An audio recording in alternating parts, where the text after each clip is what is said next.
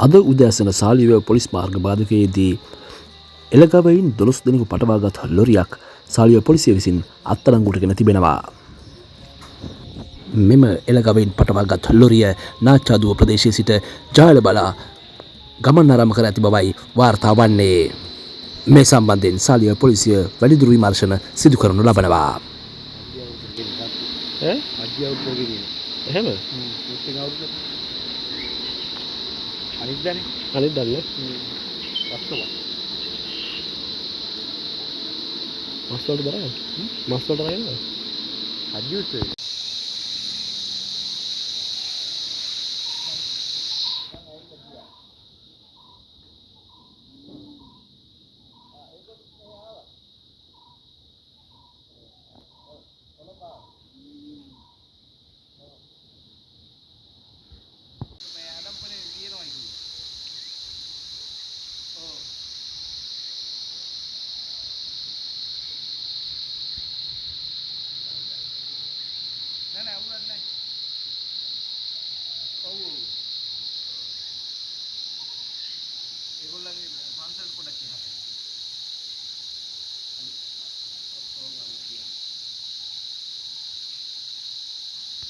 ඔබේ ගමේ නගරේ සිදුවන අයුක්තියට අසාධාරණයට එරෙහිව YouTube අවකාශයේ ඔබේ නාලිකාව SL News Club YouTube නාලිකාව දැන්ම සබස්ක්‍රයිබ් කරන්න.